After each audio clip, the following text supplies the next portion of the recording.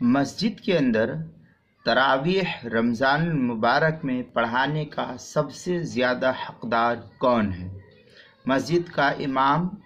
یا محلے کا کوئی اور حافظ یا ٹرسٹ وغیرہ کا کوئی قریبی رشتہ دار یا اور کوئی؟ اس کا شرعی حکم کیا ہے؟ یا اسی طریقے سے محلے میں کوئی شخص رہتے ہیں، تراویح حافظ ہے وہ، تو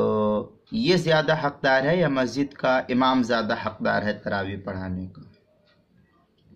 چنانچہ اس سلسلے میں یہ جاننا چاہیے کہ مسجد میں جو شخص مستقل طور پر امامت کے فرائض انجام دے رہے ہو، جو حافظ، عالم، قاری، مفتی جو کوئی بھی ہو، وہ جو پہلے سے مستقل طور پر امامت کے فرائض کو انجام دے رہے ہو، اگر وہ خود حافظ ہو تو وہی اس مسجد میں تراویح پڑھانے کے سب سے زیادہ حقدار شمار کیے جاتے ہیں۔ اب اس کے مقابلے میں دوسرے حفاظ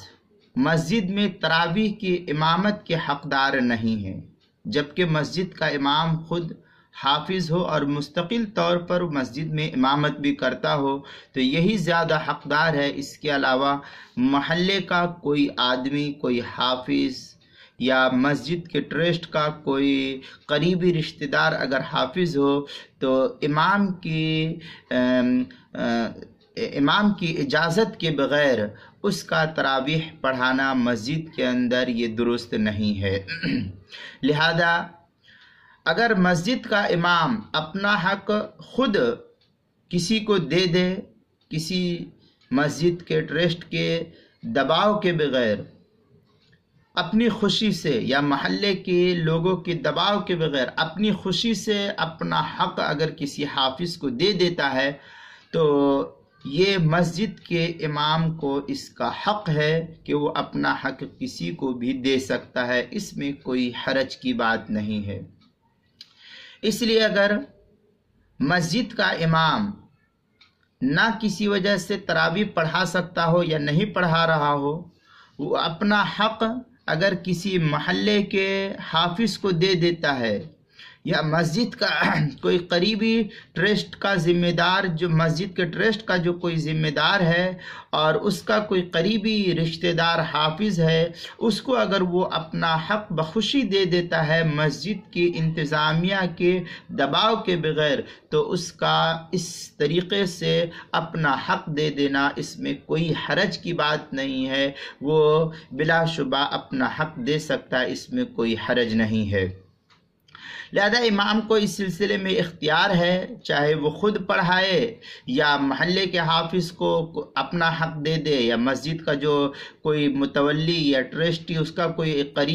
قریبی رشتہ دار اعزاء اقربا میں سے حافظ ہے اس کو اپنا حق دے دے، تو حافظ کو یہ کام جو ہے مسجد کے امام کی مرضی پر موقوف ہے، وہ دینا چاہے تو دے سکتا ہے، اور اگر نہیں دے سکتا یا اسی طریقے سے مسجد کا جو مستقل طور پر امام ہے وہ خود ہی حافظ نہیں ہے، تو اس صورت میں بھی فقہاء کرام یہ لکھتے ہیں کہ ایسی صورت میں وہی امام کسی حافظ کا انتخاب کرنے کا حق رکھتا ہے۔ جو مستقل طور پر امام ہے، گرچہ وہ حافظ نہیں، لیکن مسجد میں تراویح پڑھانے کے لیے اگر کوئی آدمی کوئی حافظ کو رکھتا ہے تو اس رکھنے کا، مسجد میں تراویح پڑھانے کے لیے حافظ کے رکھنے کا نظم و ضبط اور اس کے رکھنے کا حقدار جو ہے یہ امام خود ہے۔ اس معاملے میں محلے اور دوسرے محلے کے لوگ یا مسجد کے ٹرسٹ وغیرہ کا کوئی اس میں امتیاز نہیں ہے کہ وہ جو ہے خود اس سلسلے میں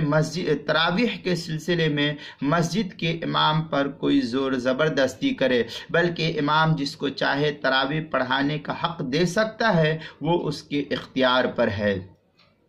لیکن آج عموماً ہم نے دیکھا ہے مسجدوں کے اندر کہ جو مسجد کے کچھ متولی حضرات ہوتے ہیں،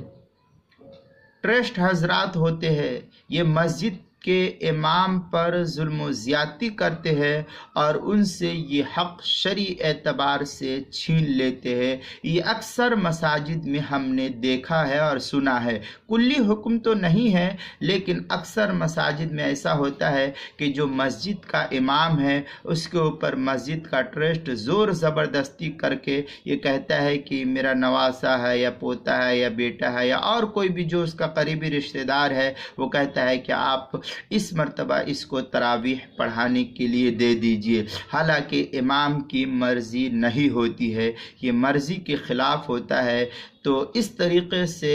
امام کا حق چھیننا، جو کوئی چاہے مسجد کا ٹرسٹ چھینے یا اس طریقے سے محلے کے لوگ چھینے، یہ اس سلسلے میں امام کا حق چھیننے والا یہ گنہگار ہوگا۔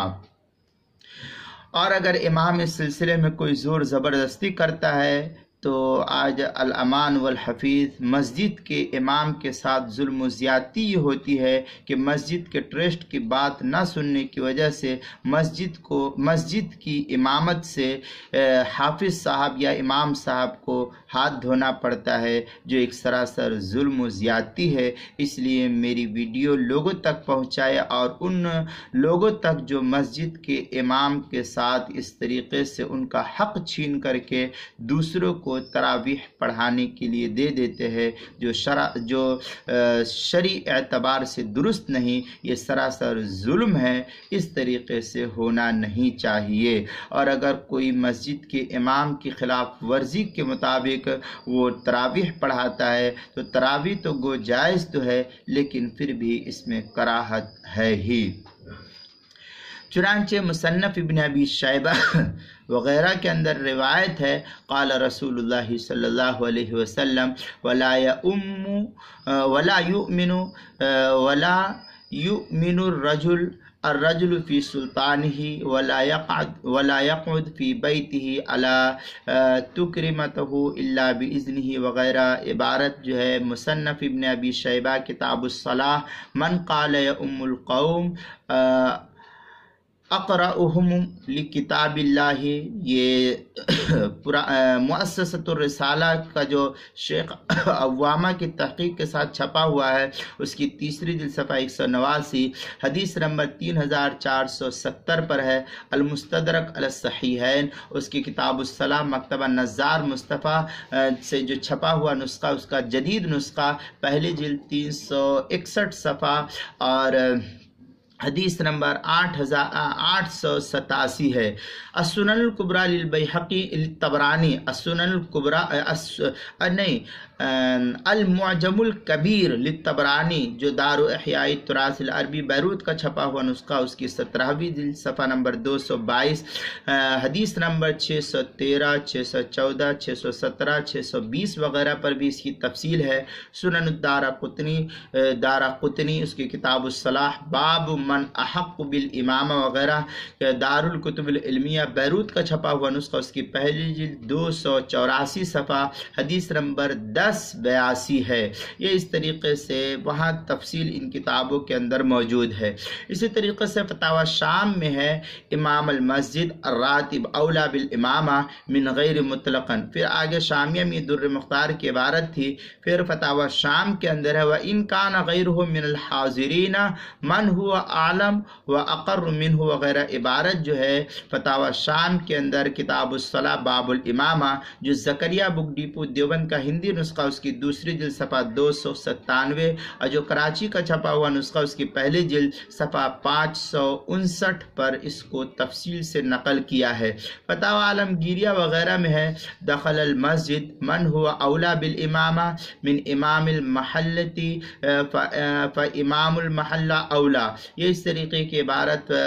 فتاوی ہندیہ جس کو فتاوی عالمگیری کہتے ہیں، اس کے اندر کتاب الصلاۃ الباب الخامس فی الامامہ الفصل الثانی جو زکریا بک ڈیپو دیوبند کا پرانا چھپا ہوا نسخہ ہے، اس کے اندر بھی اس کی تفصیل پہلی جلد صفحہ 83 اور نیا چھپا ہوا نسخہ اس کی پہلی جلد صفحہ 141، فتاوی قاسمیہ اس کی 8ویں جلد صفحہ 274 اور 275 پر بھی نقل کیا گیا ہے۔ لہذا مسجد کا امام تراویح پڑھانے کا حق دار زیادہ ہے۔ اگر وہ خود اپنا حق دوسرے کو دے دے تب حکم دوسرا ہے، دوسرے کو اپنا حق دے سکتا ہے، لیکن ہم نے اس کے خلاف ہی لوگوں کو پایا ہے کہ لوگ امام کی مرضی کے بغیر خود ہی تراویح کا انتظام کرتے ہیں، جو مناسب نہیں۔ اس لیے لوگ اس ویڈیو کو رمضان سے پہلے سنیں اور پھر لوگوں کو اس پر عمل کرنے کے لیے آمادہ کرے۔ جو لوگ اس طریقے سے مسجد کے امام کا حق چھینتے ہیں وہ گنہگار ہوتے ہیں شریعت کی روح سے۔